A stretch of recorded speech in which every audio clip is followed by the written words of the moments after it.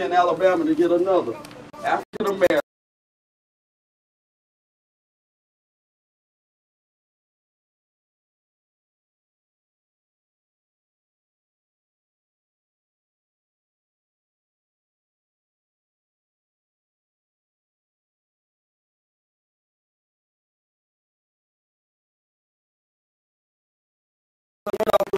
When the ex-master returned, Ben went on to become our first U.S. congressman. Now in this room we have 2 senators on the wall. Oh, by the way, I call that the first black caucus. You see Ben sitting there? In this room we have 2 senators on the wall. Whoever find both those senators, and I just need to know their name and what city, what state they represented. Name, state they represented, and political party. If you find both of them and don't holler at me, you hold that information until I ask you for it. I will give you a museum t-shirt. You have exactly. Go do it, boo. You all right there? Get off my furnace. Get out of my chair.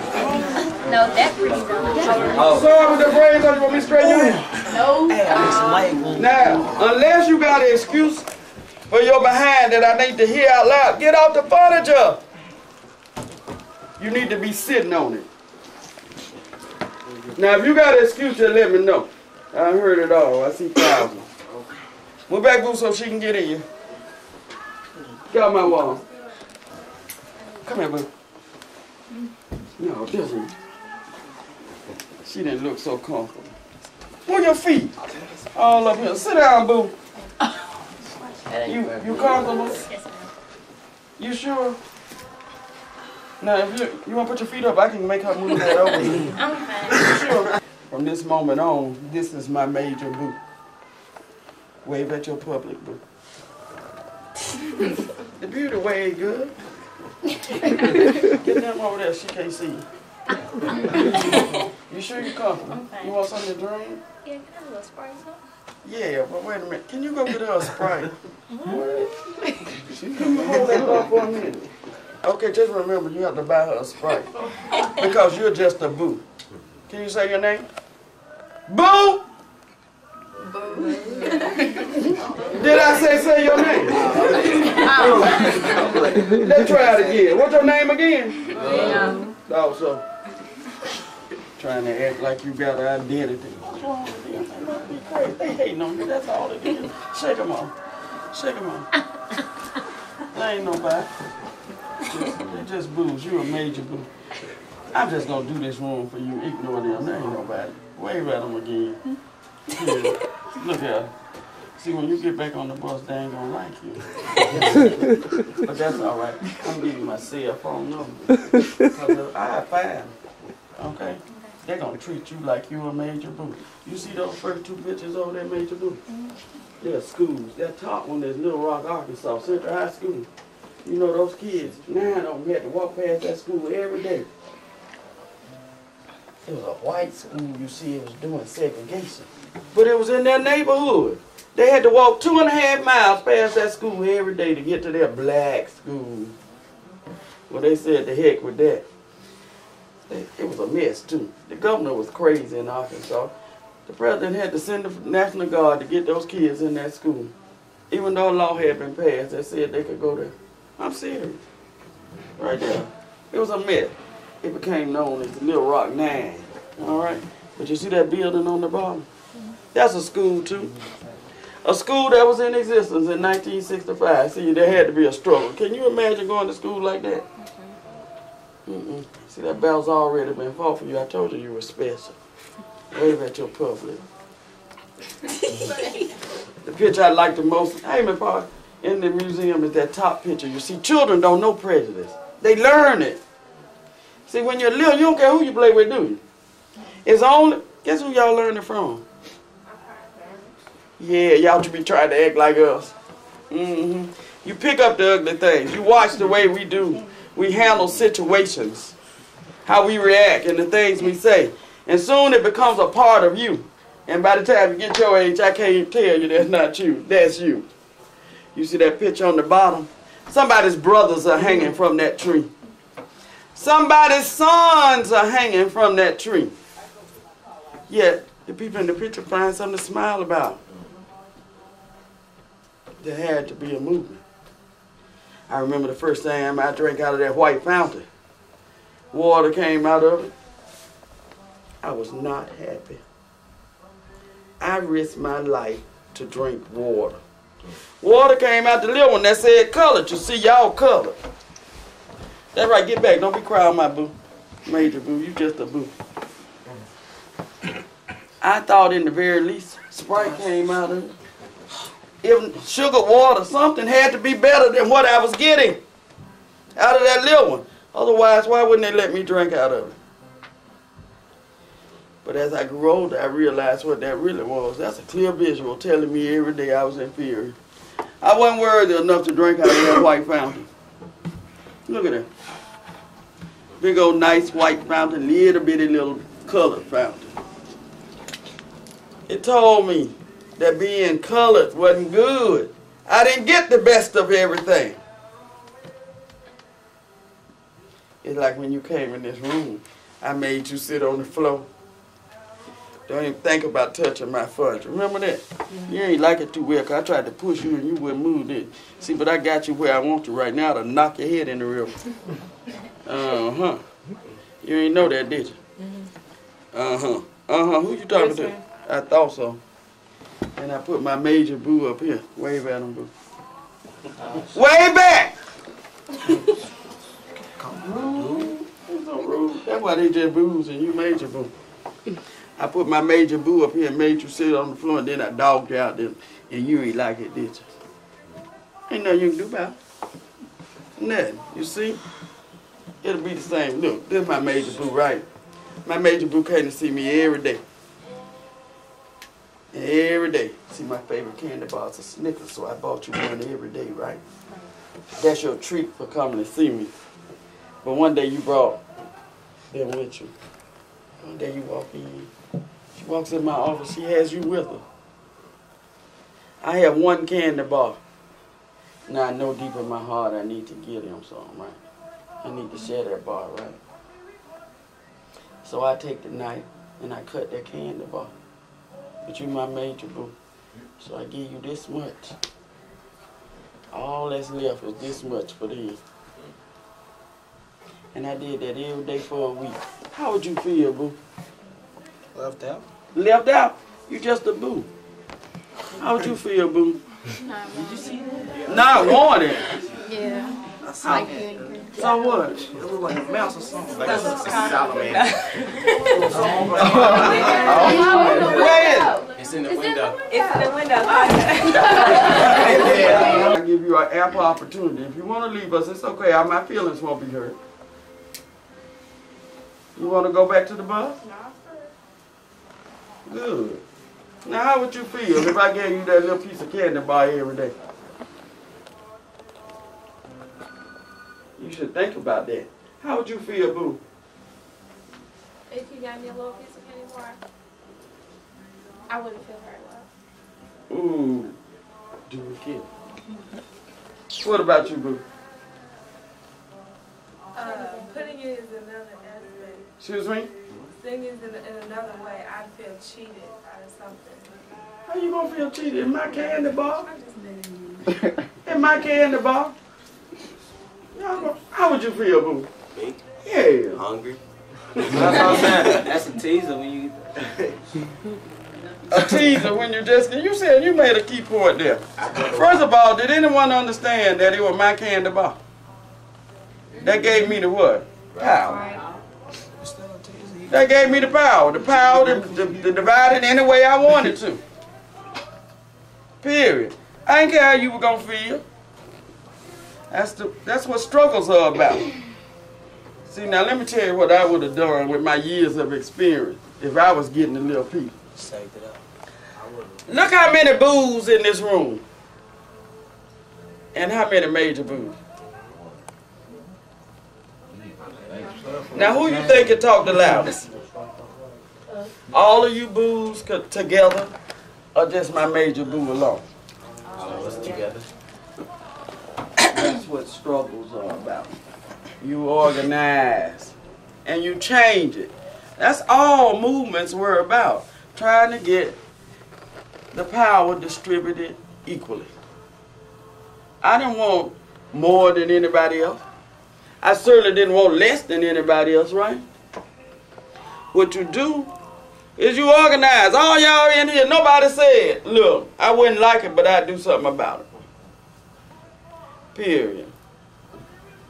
I was going to snap at you, but the world snaps at you. Don't they? All the time. But after a while, when you get snapped at so much, you get tough, right? You get tough and you get determined to get that equal share of that Snickers bar. Power.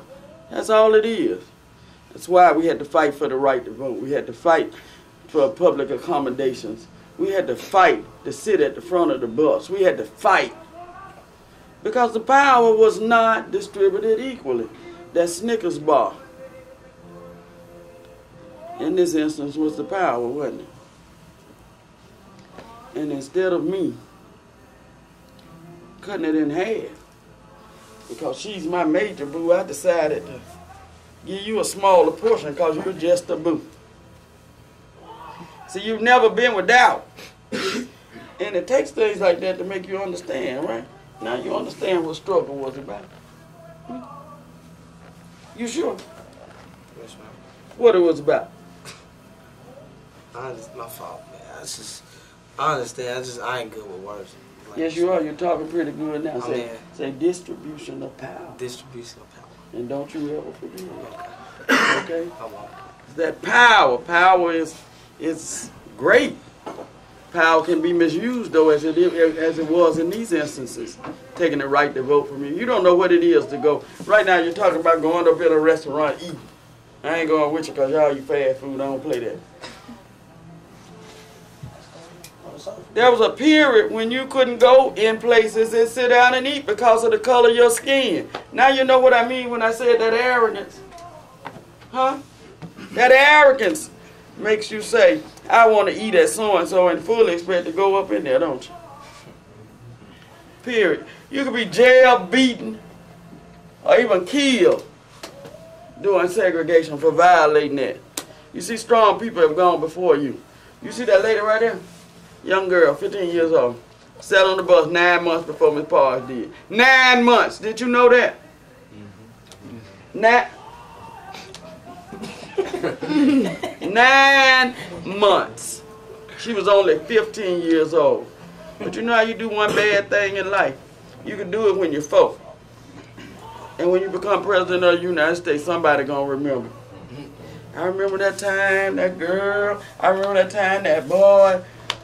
And you president of the United States, they still remember the bad thing where Claudette was pregnant, had dropped out of school. And they would have focused on the fact that she was a bad girl, not that she was brave enough to do this.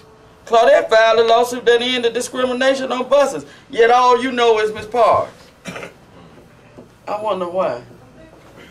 Because a tree without roots cannot grow. That's why your brothers and your sisters are dropping like flies everywhere. Period. You take no pride in who you are.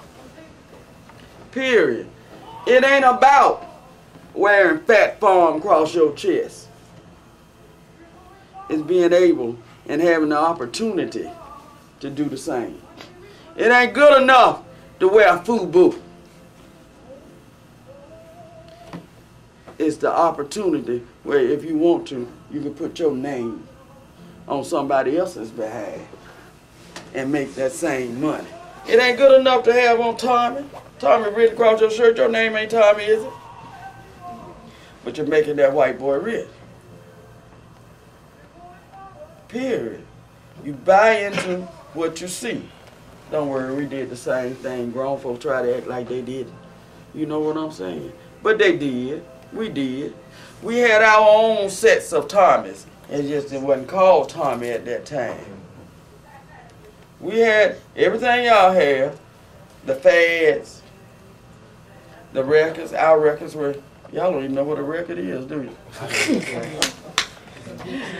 Our songs were considered racy,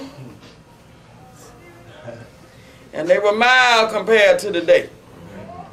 Our parents raised the same head. I see y'all walk around here. I see little girls come up here with mini skirts up to here. I used to wear them so short I couldn't bend down. Period. You see, y'all don't have nothing new. Y'all just recycling what we did. Period. Y'all don't come up with nothing new. Even those cuss words. Heard them before. You need to have the opportunity to be able. That's what power, distributing that power is about. You need to be able. That battle's been fought for you. How many of you get followed when you go in the store to buy something? How many of you don't know this? All those with hands down. Because if you're African American and you go in a store that these white folks own, you get followed. Whether you admit it or not. Next time you go in the store, check yourself. And don't let 2 or 3 of y'all go up in there. John. The police almost there with you. Now, how many, let me ask you another question. How many of you went into that store to steal? Raise your hand. None of y'all went in the store to steal. You mean all black children don't steal? I heard the question. What was it? Did you go into the store to steal? Well, yeah, you can pick one. The store they followed you in, boo. Did you go in there to steal anything? Son with the glasses on, don't ask me a question and don't follow up. It's yes ma'am or no ma'am? No, ma'am. No. You sure did? You had your hand up, son? Yes, sir. What were you going to say? I was just, he said if you stole or whatever, I wanted to go sell something. And I raised my hand. You went in the store to steal something? Yeah. Okay. Is this confession time? I'm able now. Come on. Let me hear you. Why'd you go in the store to steal? I don't know. I had this little thing going where I would like steal stuff, you know, and I would sell to like my friends for like double the price, you know, or whatever like that. So yeah, it be working. So I used to do that. Entrepreneur. He just tried to go from, instead of going A, B, C, D, he went straight from A to D.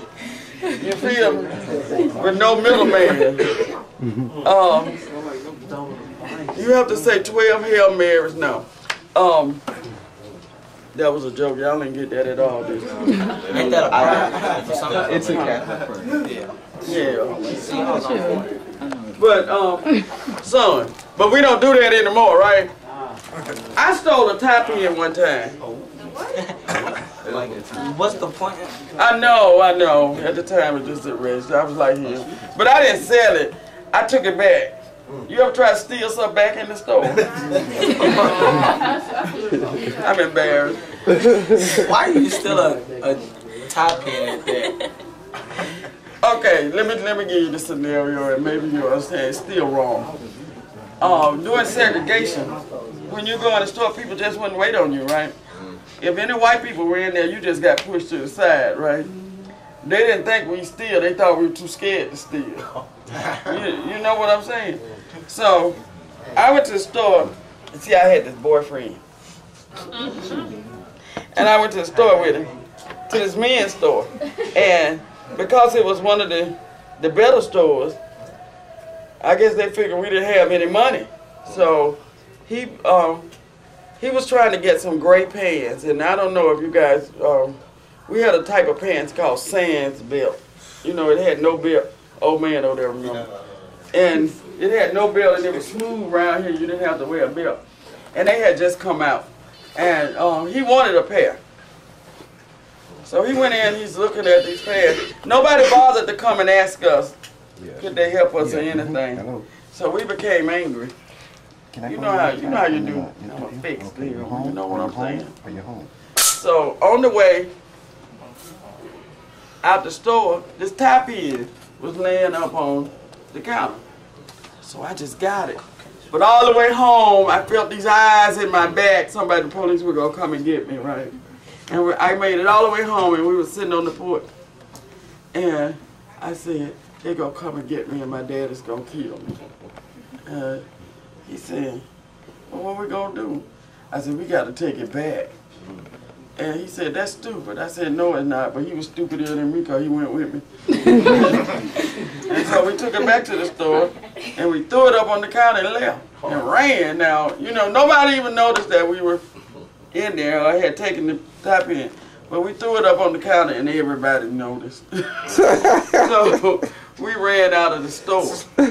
But nothing really happened. And then one time I gave the blind man, he has a store over in the project. I gave him $1 and told him it was a fact.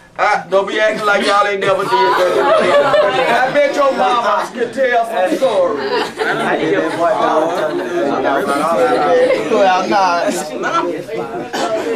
I didn't get away with it. Most people don't share stories like that. Okay?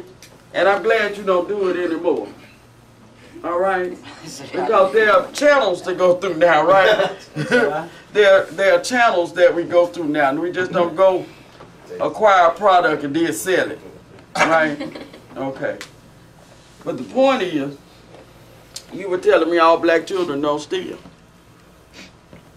So why are they following you in the store? Because that's what they used to do. They just, huh?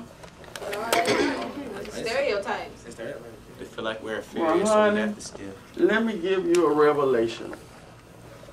They follow white children too. Sure do. Huh? I don't think all white children steal. You? So you're just as guilty as those people that say all black people steal, right? Huh? Huh? Speak to me, sister. I mean, everybody steals. I stopped. I stopped. Not everybody steal. Raise your hand if you steal. They have before. Everybody in this room has stolen before.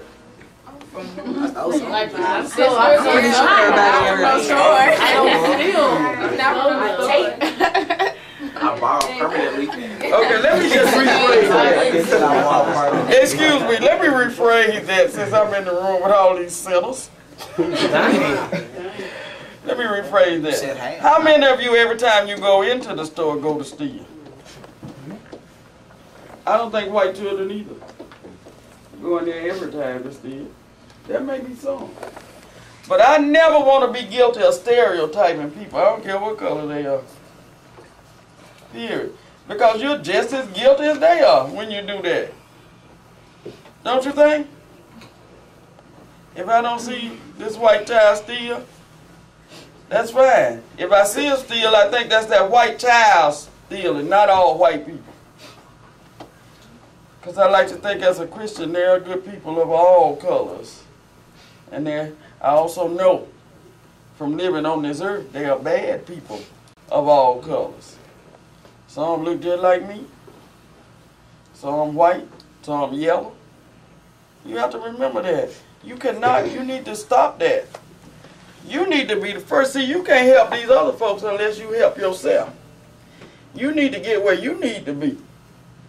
When you take that stuff and internalize it and say, all white people steal, you're just as guilty as they are. You don't want to do that, do you? You want that mess gone, just like we wanted this mess gone. You want to be taken as the man you are, right? You don't steal, do you? No. I didn't think so, sweetheart. See? Excuse me? Shoot. Yeah, right hand corner. See 16th Street Baptist Church after it had been bombed on a Sunday morning. You see the 4 little girls who were killed there. What kind of people put a bomb in a church on a Sunday morning, knowing to be filled with our children?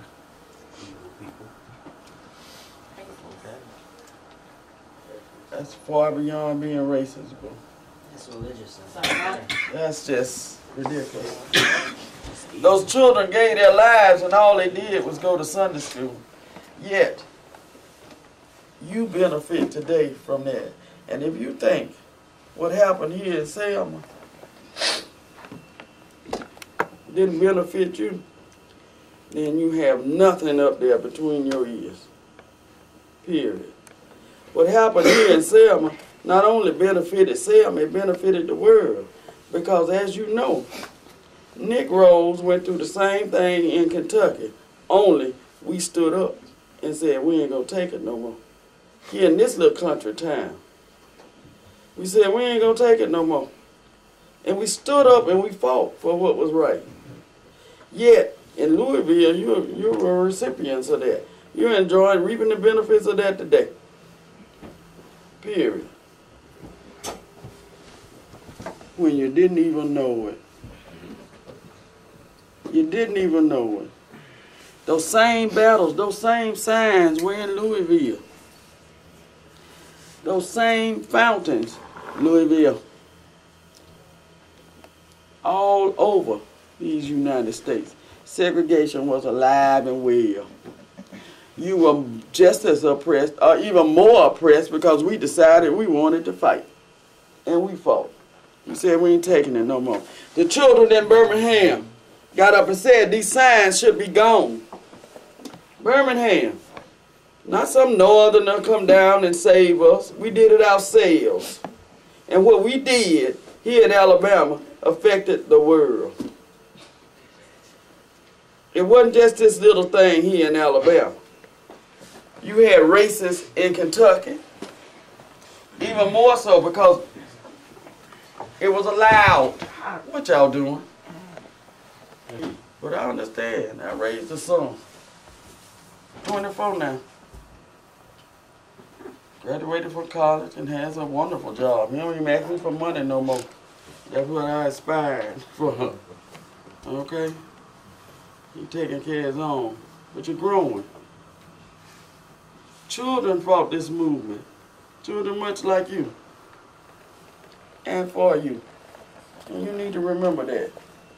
You take nothing from this museum but that. If you had known the strength of Claudette Colvin, who was 15 years old and refused to give up that seat. If you had known these children who withstood this water,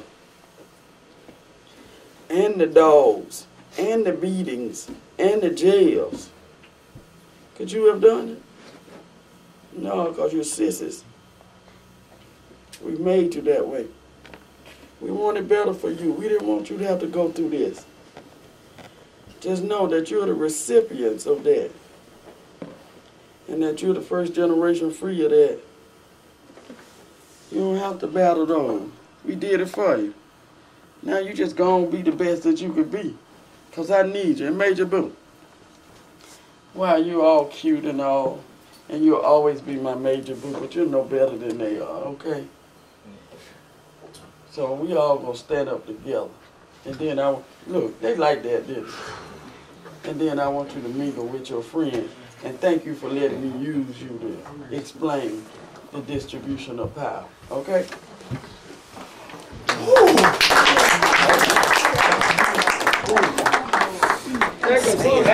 Actually, you all right with it? Huh? You all right?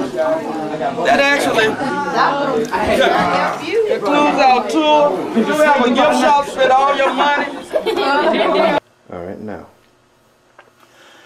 The cotton plant that you are seeing is a means of white supremacy. They use cotton to create the image in the slave's mind that the cotton was superior to the work that they were doing.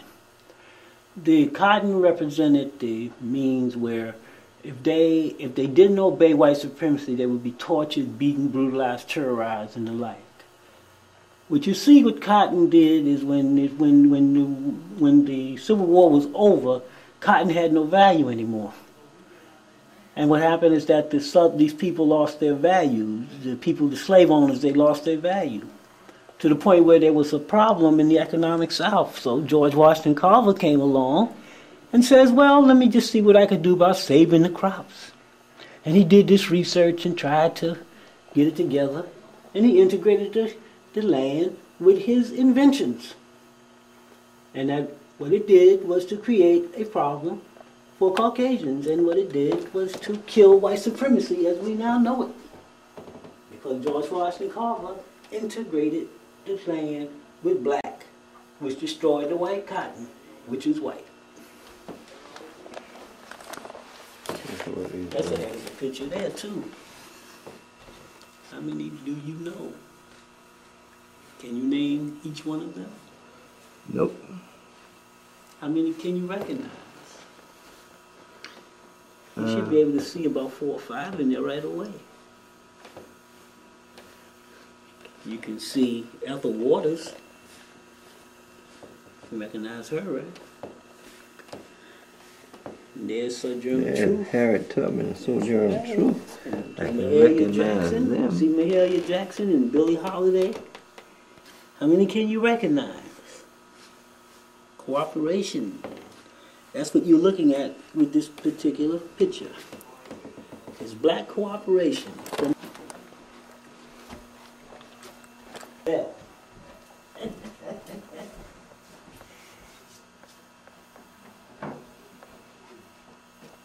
Well,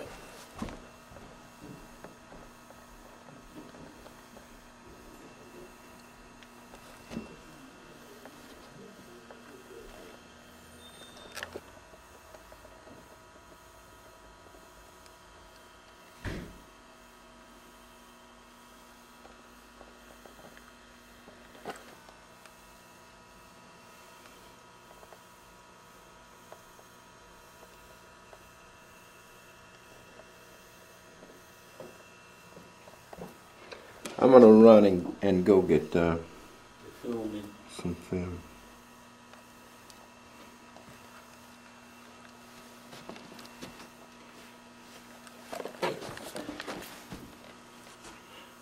See,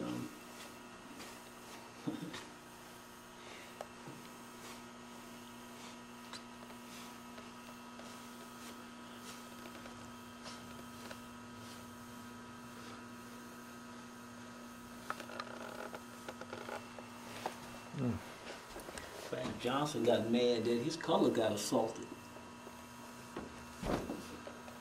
And they had to kill the others, to get the others that killed him. Well, he would have done that. This is what he got. He got in the situation. It's because of this. It had nothing to do with Kennedy or anybody else. It was because of this.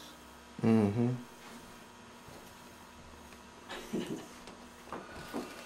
Boy, when you see the truth of it, you can understand it.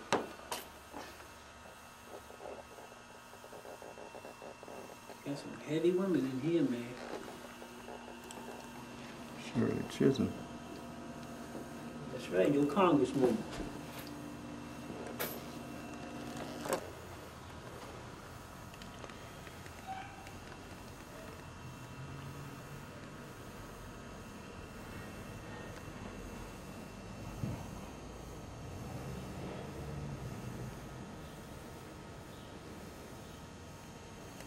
That's Route 80.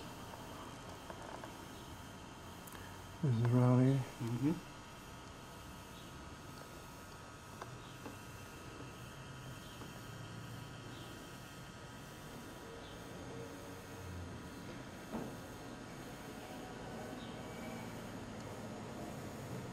Man, when you think about that.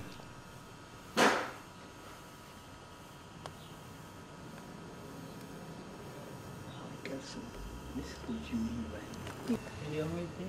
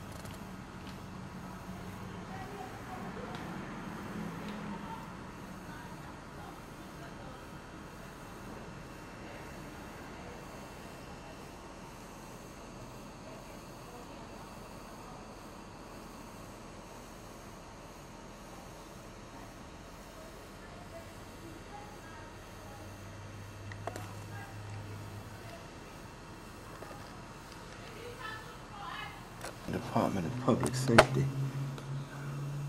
that own these. We got all the stuff in the newspapers.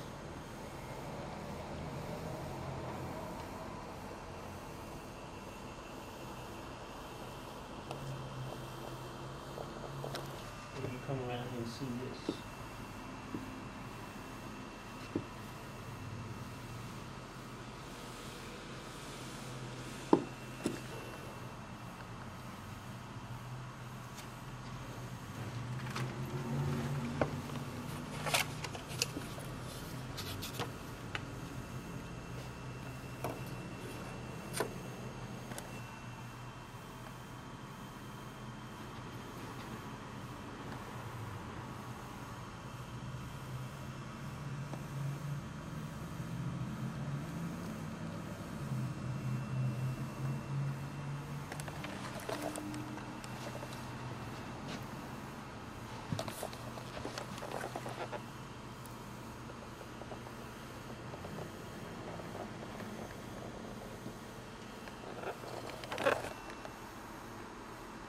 Says National Voting Rights Museum instituted a commemorative clock study.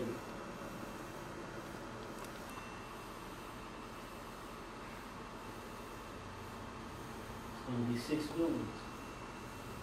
6 billion. 6 billion. Let's let you know what's up, bro. Real footage I got on Kwame Ture. Yeah. They got some people in here I never heard of, man.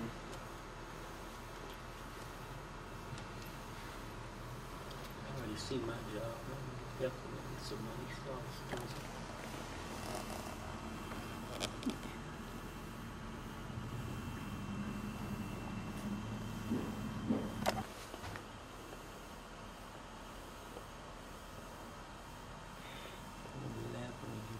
To the house and look at the stuff over and over again.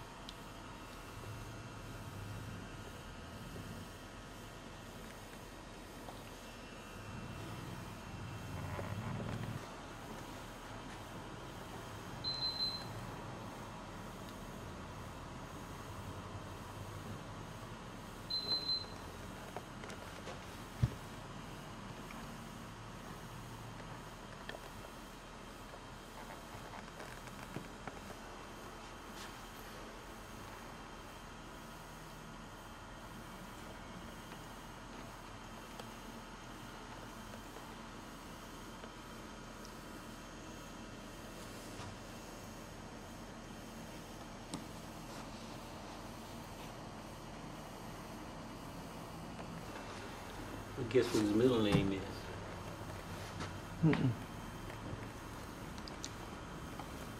Jackson.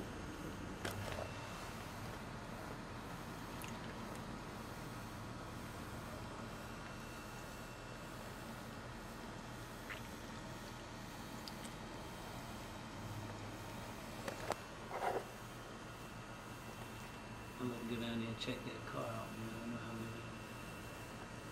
I don't know how many hours you got parking that spot.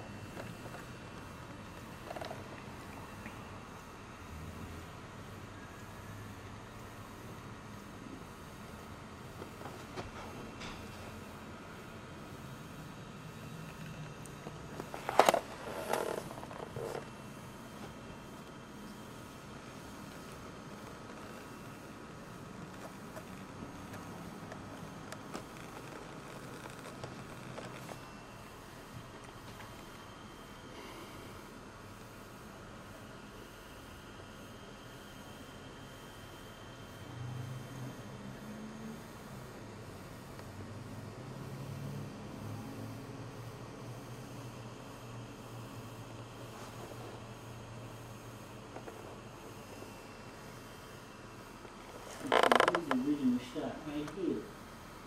You can get this, I don't know. What? This shot right here. All right.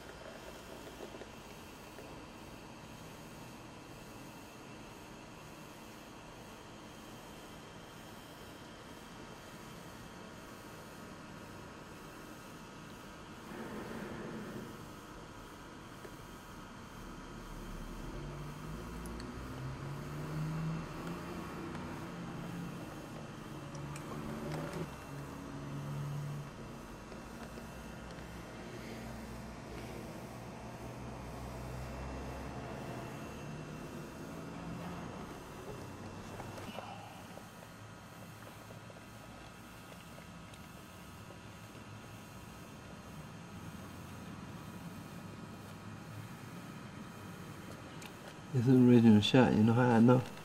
Hmm? Look at them afros. I know that's the original shot. Yeah. That's an original shot.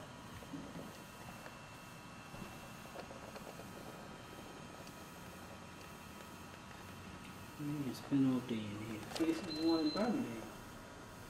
Yeah, once they get it developed, and I'm sure that they're gonna, the new one is.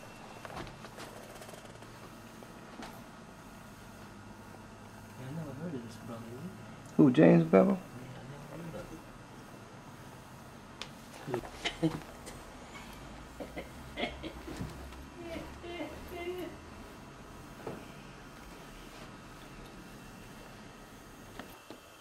me get my thoughts together with this.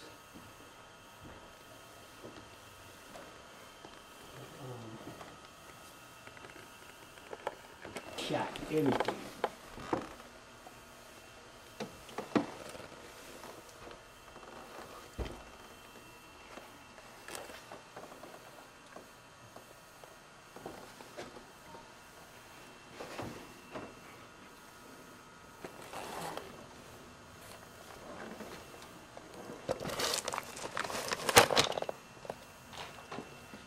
Mm-hmm. Let me tell this brother about this. My brother. Yes. Did you know one of these things came down? You know one of these pictures came down? No, I don't. Oh, sorry, brother. Everybody's downstairs, nobody else.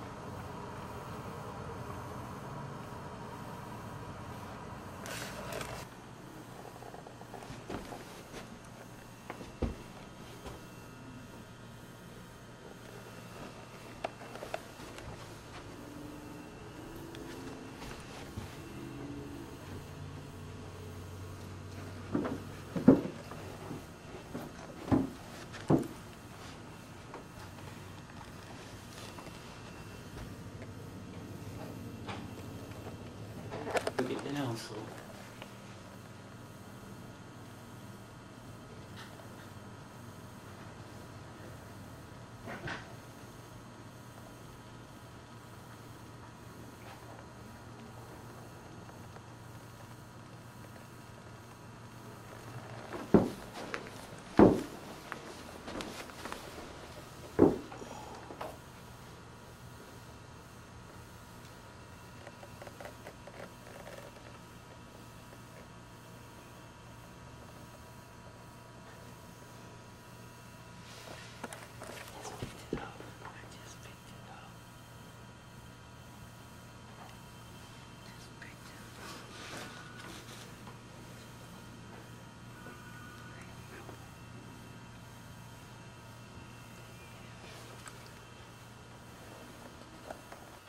That didn't convince Martin, who knew me much better than they did.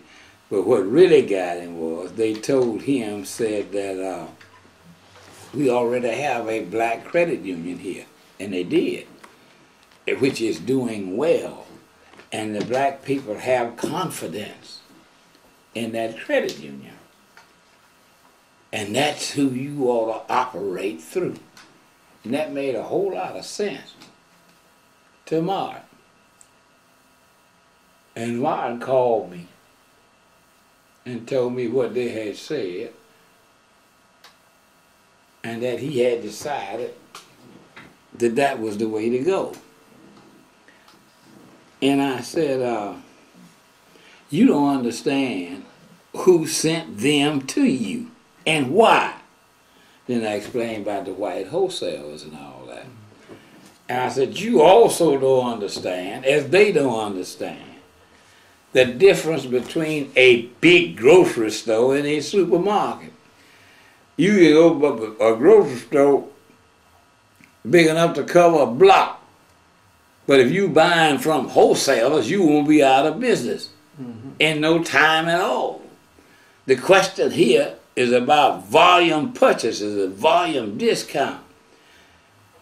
A&P sells cheaper than them wholesalers can buy. And on top of that, the blacks you talking about have never said no to a white person in their life. And they're not going to say no to them white wholesalers. All you getting ready to do is throw some money away. And Martin wouldn't agree to that. He wouldn't? No.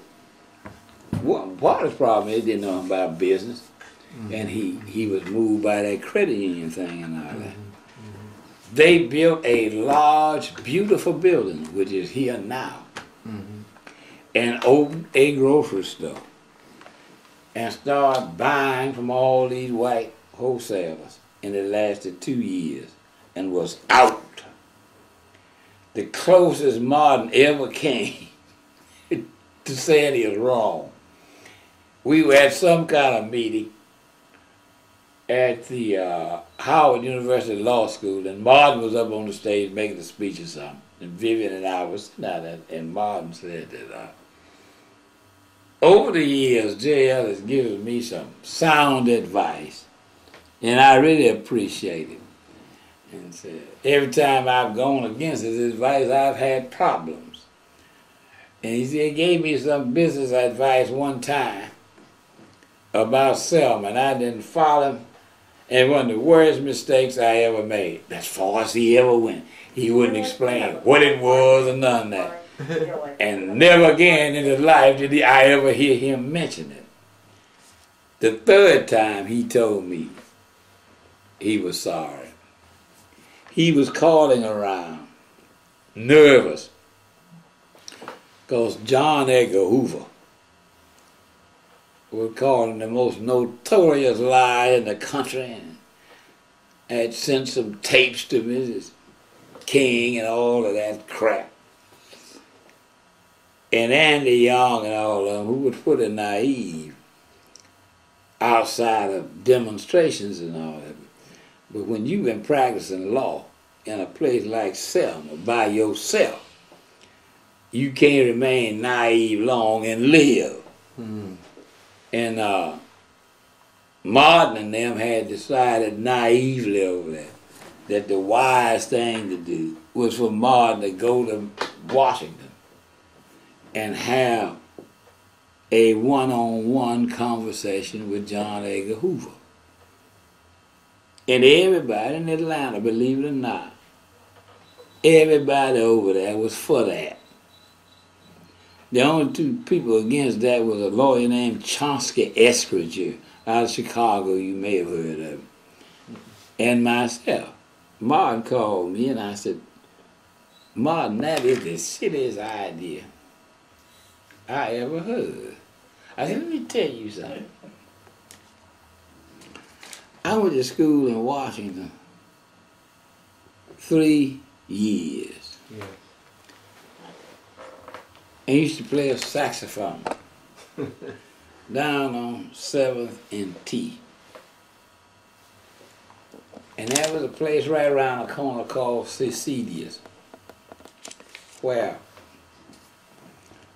the sportsmen and the gamblers hung out. It was right next door to the Howard Theater, right across the alley. And I said, one of my closest friends, a buddy of mine, his name's Skeets Hamilton, who would be in there every night, sitting at the same bar stool, smoking a cigarette in a holder that long. And the most obvious, blatant homosexual I've ever seen in my life. And the only black I know with an FBI badge. And Martin said, what are you talking about? I said, I told you I'm pretty close to Skeets. Skeets started out with Hoover and his mother lived together till she died. 42 years, nobody but him and her. Now, what man, you know, that Skeets was hired by Hoover to look after his mother, which he did. Skeets would get in the car every morning, go pick up, his last name DeLoach, I forget what his first name, but he was the deputy director of the FBI. Go by the apartment, pick him up, go by the house, pick up Hoover, drive in the wood, go back down at 12 o'clock, take him to the Mayflower Hotel where they had lunch, then take him back to the FBI headquarters, and at 5 o'clock, go pick him up, take him back home.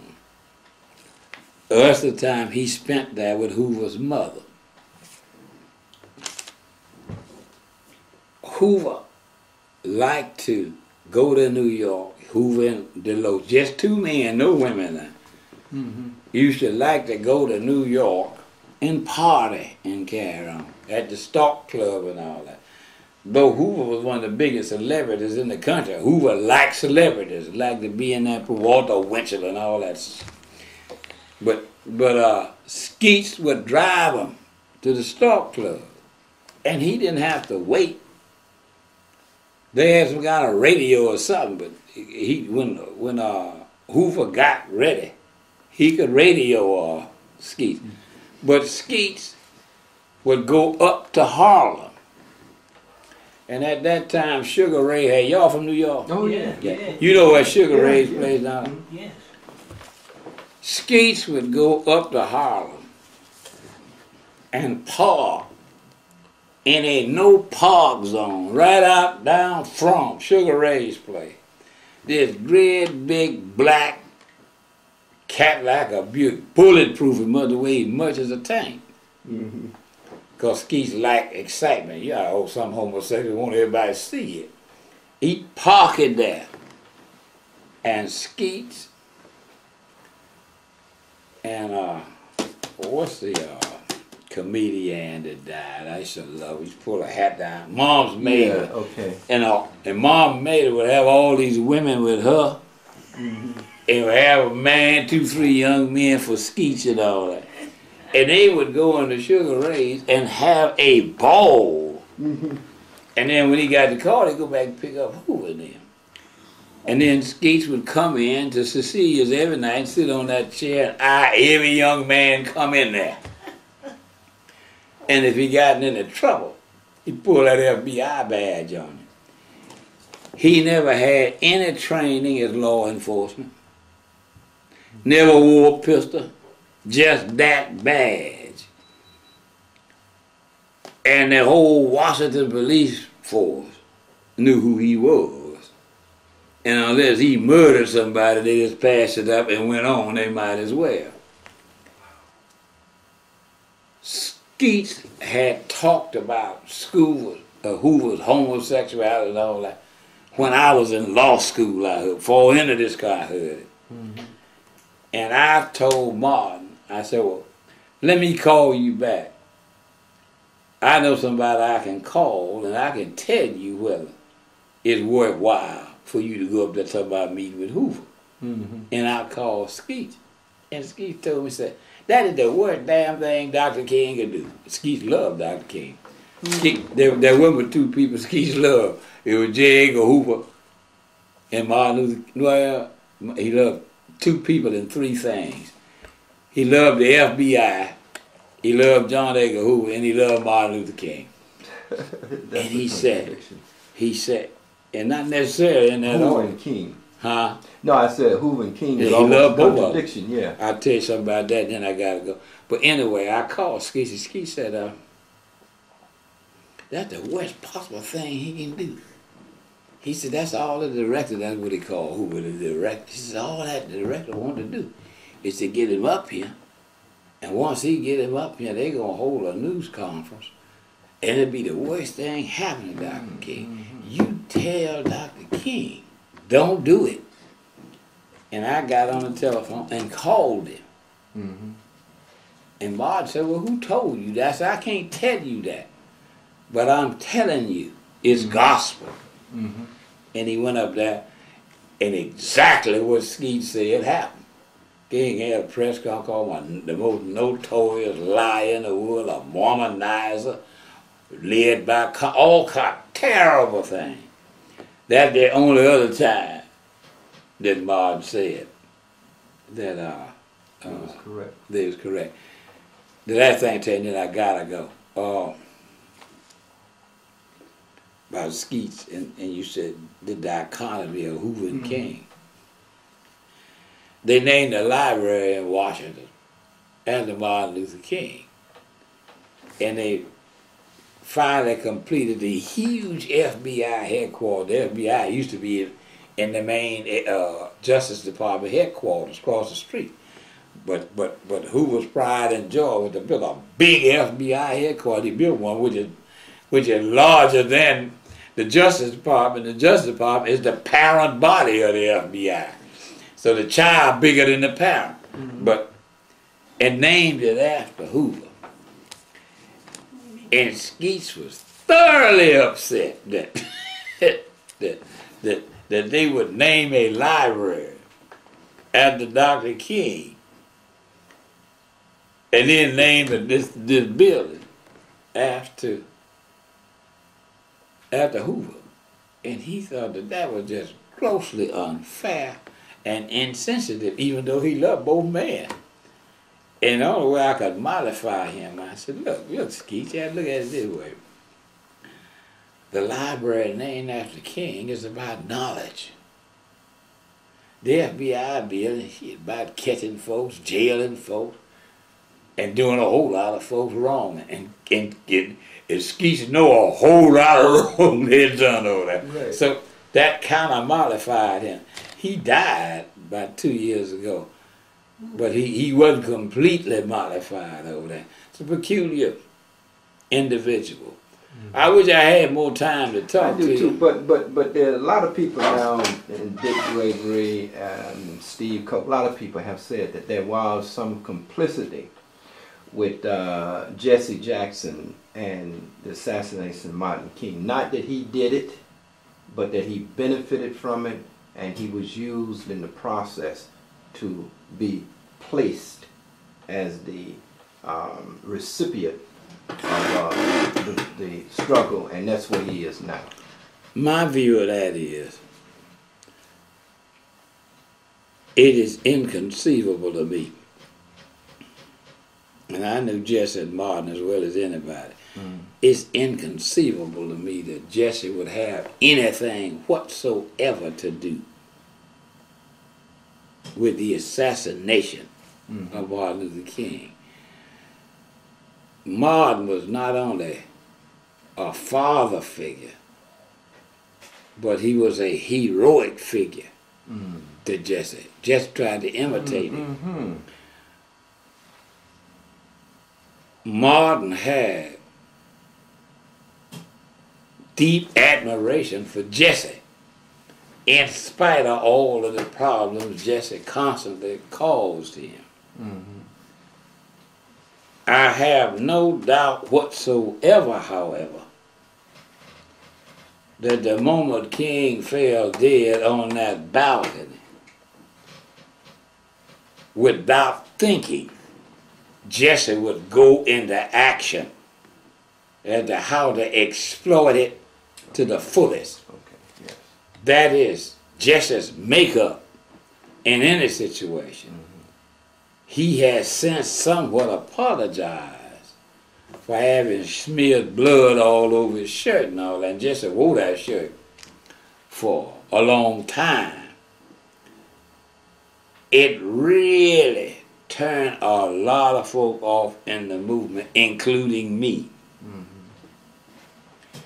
Jesse also assumed that he was automatically the heir apparent to Martin's position. If you deal in terms of sheer ability and gall and imagination,